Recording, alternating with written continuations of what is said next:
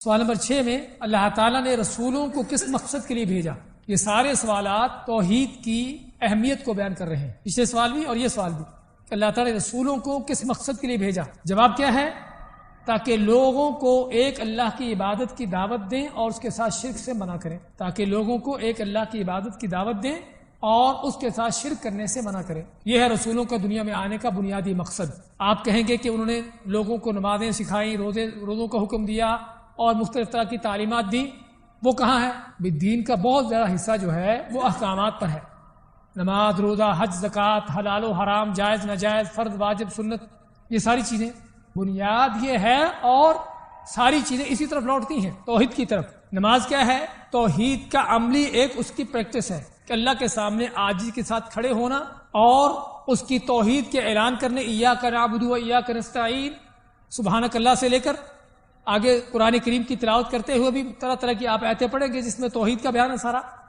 رکوع میں ہے کہ اللہ کے سامنے کمر کو جھکا دیا، توحید کی عملی پریکٹس، اور ساتھ اللہ کی تعظیم بیان ہو رہی ہے، سبحان ربی العظیم، سبوح قدوس رب الملائکۃ والروح، اس طرح کی دعائیں رکوع میں پڑھ رہے ہیں، زبان سے بھی اور عمل سے بھی۔ اس کے بعد سجدہ، جہاں پر اپنا سر بھی اللہ کے سامنے ٹیک دیا، توحید کی عملی پریکٹس، اور ساتھ اللہ کی بلندی کا ذکر ہو رہا ہے، سبحان ربی الاعلی، کہ پاک ہے میرا رب جو بہت اونچا بلند ہے۔ کہنے کا مقصد نماز کیا ہے؟ شروع سے آخر تک توحید کی عملی پریکٹس ہے۔ روزہ کیا ہے؟ وہ بھی یہی کچھ ہے، روزہ بھی یہی کچھ ہے۔ آپ نے کیا فرمایا؟ من صام رمضان ایمانا واحتسابا، کہ روزے رکھنے کا مقصد کیا ہو؟ اللہ پر ایمان، اللہ سے اجر و ثواب کا حصول، توحید ہے، سمجھے نا؟ توحید کی عملی پریکٹس ہے۔ اللہ نے حکم دیا ہے کہ صبح سے لے کر شام تک کھانا پینا یہ چیزیں چھوڑنا ہے، اللہ کے اس حکم پر عمل، توحید کی، ایک اللہ کے حکم کو ماننا، اس کے لیے اپنی لذتوں کو چھوڑنا، توحید کی عملی پریکٹس ہے۔ حج کی طرف جاتے ہیں تو قدم قدم پر ہر بات آپ کو توحید کا سبق دیتی ہے، زبان سے کہی جانے والی دعائیں بھی اور مختلف طرح کے جو کیے جانے والے اعمال ہیں۔ کہنے کا مقصد کہ یہ تو توحید نہیں ہے، یہ تو نماز ہے، یہ روزہ ہے، یہ بھی ہماری بعض اوقات ان چیزوں کو نہ سمجھنے کا نتیجہ ہے کہ ہم صرف ان چیزوں کو ایک ظاہری شکل سے دیکھتے ہیں، یہ نہیں دیکھتے کہ ان کے پیچھے مقصد کیا ہے۔ اس لیے بات کر رہے تھے کہ رسولوں کا اصل بنیادی مقصد توحید ہے، اور پھر اسی توحید کے اوپر پریکٹس کے لیے، اس کی عملی، اس کی شکل دینے کے لیے مختلف طرح کی عبادتوں کا حکم دیا، نماز کا، روزے کا، حج، زکوٰۃ کا، دوسری اس طرح کے اعمال کا، تاکہ مسلمان کے ایمان کا صحیح پتہ چلے، اس کی توحید کا امتحان ہو کہ کون کتنا سچا مومن ہے، کیونکہ منافق اور مومن کی پہچان کہاں ہوتی ہے؟ عمل کے اندر، ورنہ باتیں کرنے کو بھی بڑی آپ سے زیادہ باتیں کرے گا، سمجھے نا؟ اس کے دل میں کیا ہے آپ کو نہیں پتا، تو دل کب ظاہر ہوگا اس کا؟ اس کے عمل سے۔ اس لیے آپ دوسرے الفاظ میں یہ کہیں گے کہ جو اعمال ہیں، عبادات ہیں، وہ ساری کی ساری احکامات بھی، یہ حلال یہ حرام، اس کو یہ کھا سکتے ہو یہ نہیں کھا سکتے، یہ ساری چیزیں اللہ کے حکم پر چلنے کا ایک اس کے اوپر پریکٹس، عملی پریکٹس توحید کی۔ اس لیے ابن قیم رحمۃ اللہ علیہ نے بہت اچھی بات کی یہاں پر، انہوں نے کہا ہے کہ پورا کا پورا دین توحید پر ہے، پورا کا پورا قرآن توحید پر ہے۔ آپ قرآن میں بعض اوقات سابقہ قوموں کے واقعات، قصے کہانیاں پڑھتے ہیں، آخرت کے حالات پڑھتے ہیں، جنت کے، جہنم کے، قیامت کے حوالے سے پڑھتے ہیں، کہیں کہیں پر آپ کو احکامات ملیں گے، یہ حلال یہ حرام، اس کا توحید سے کیا تعلق ہے؟ انہوں نے فرمایا کہ پورا کا پورا قرآن توحید پر ہے، یا تو توحید کے براہ راست حکم ہے، یا توحید کی نشانیاں ہیں، اللہ کی عظمت کی کیا نشانیاں ہیں کائنات کے اندر، اللہ کی توحید کی کیا دلیلیں ہیں، وہ دلیلیں چاہے قرآن سے ہوں یا اللہ کی مخلوقات کے اندر ہوں یا عقلی دلیلیں ہوں، اللہ نے ان کو بیان کیا قرآن کے اندر۔ توحید پر چلنے والے کون لوگ تھے، اللہ کے نبی، رسول، ان کی پیروی کرنے والے، ان کا بیان، ان کے قصے کہانیاں، اور ان کو اللہ کی طرف سے کیا انعامات ملے دنیا کے اندر بھی اور آخرت میں ان کے لیے کیا ہے، ہاں اس میں جنت کا سارا بیان انہی کے لیے ہے۔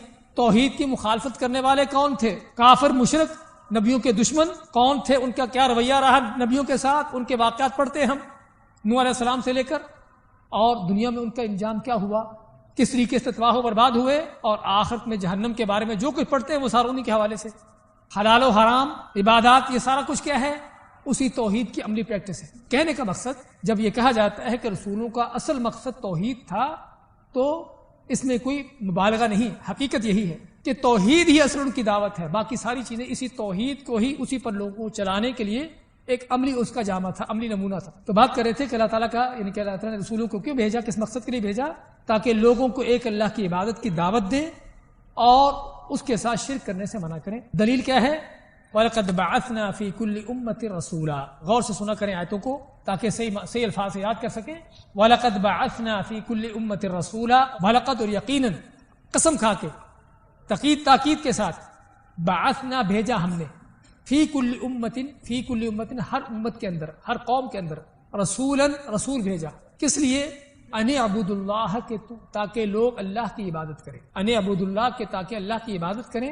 واجتنبوا الطاغوت، واجتنبوا اجتناب کریں. اجتناب کا لفظ اردو کا ہے اس لیے میں نے استعمال کیا ہے. اجتناب کریں، بچیں. کس سے؟ طاغوت سے بچیں. کہ اللہ فرماتے ہیں کہ ہم نے ہر امت کے اندر، ہر قوم کے اندر رسول بھیجا تاکہ لوگ اللہ کی عبادت کریں اور طاغوت سے بچ جائیں. اللہ کی عبادت تو پتہ چل گیا کہ اللہ کے لیے خالص مخلص ہو کر عبادت کرنا. طاغوت کیا ہے جس سے بچنا ہے؟ بعض علماء نے اس کا معنی شیطان کیا ہے، اور ابن قیم رحمۃ اللہ علیہ نے طاغوت کی تعریف کی ہے کہ ہر وہ چیز کہ جس کے اللہ سے ہٹ کر عبادت کی جاتی ہو یا حد سے بڑھ کر اس کی اطاعت یا تابعداری کی جاتی ہو. اللہ سے ہٹ کر جس کی عبادت کی جاتی ہو، اللہ کے سوا جس کی عبادت کی جاتی ہو، ایک چیز. دوسری کیا ہے؟ حد سے بڑھ کر اس کی اطاعت یا تابعداری کی جاتی ہو، کی اطاعت یا تابعداری کی جاتی ہو. اطاعت اور تابعداری میں فرق ہے کچھ؟ کیا فرق ہے؟ اطاعت حکم ماننے میں ہے، اگرچہ اگر اکیلی اطاعت آتی ہے تو اس میں تابعداری بھی ہے، لیکن دونوں اگر آتے ہیں تو پھر ہم کہتے ہیں کہ دونوں کے اندر فرق ہوگا. کہ اطاعت کے اندر حکم ماننا ہے اور تابعداری کے اندر حکم اس طریقے سے ماننا جس طریقے سے اللہ نے اس کا طریقہ دیا ہے، جو طریقہ اللہ نے دیا ہے، جو طریقہ اللہ کے نبی نے دیا ہے. یعنی اس حکم کو کیسے ماننا ہے، کس طرح اس حکم پر چلنا ہے کہ جو طریقہ اللہ اس کے رسول کا ہے اس طریقے پر چلنا، یہ ہے تابعداری، جس کو پیروی کے نام بھی دیتے ہیں، اتباع. تو طاغوت پھر کیا ہوا کہ ہر وہ چیز جس کے اللہ کے سوا عبادت ہوتی ہو، کوئی عبادت میں کوئی شرط نہیں کہ جس کی بھی اب اللہ کے سوا عبادت ہے طاغوت ہے، اور حد سے بڑھ کر جس کی اطاعت یا تابعداری ہوتی ہو، اس کی اتباع کی جاتی ہو. حد سے بڑھ کر مانا کیا؟ کہ ایک حد تک آپ کو اجازت ہے کہ آپ مختلف طرح کے لوگوں کی، ان کا حکم مانیں، ان کی تابعداری کریں. ایک حد تک والدین، ان کے حکم مانا، ان کی اطاعت کرنا اللہ نے فرض کیا ہے.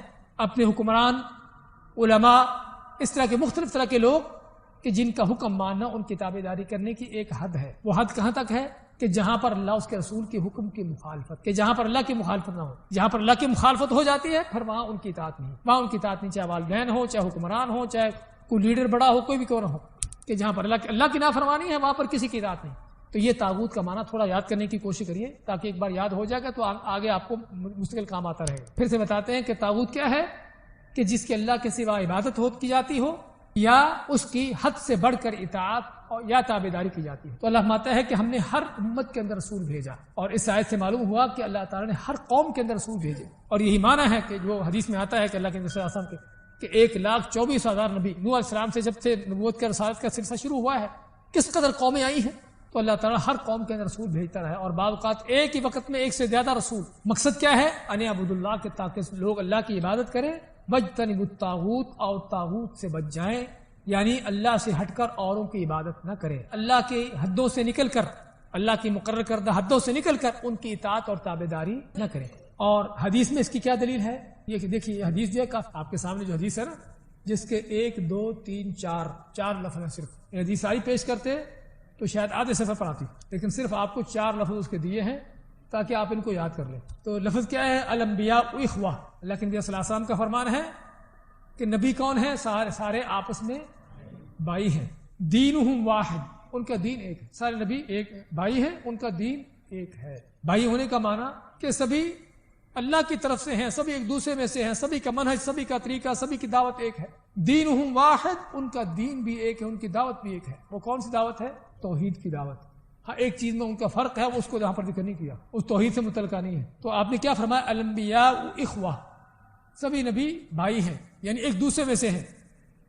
دینہم واحد، ان سبھی کا دین ایک ہے، وہ توحید کا دین، توحید کی دعوت. فرق جس میں ہے وہ شریعت کے مختلف احکامات میں ہے، اس میں فرق ہے. اس کو آپ کو اس لیے ذکر نہیں کیا تاکہ آپ کا تعلق یہاں پر توحید کے حوالے سے ہے کہ سبھی انبیاء کی دعوت توحید کی ہے.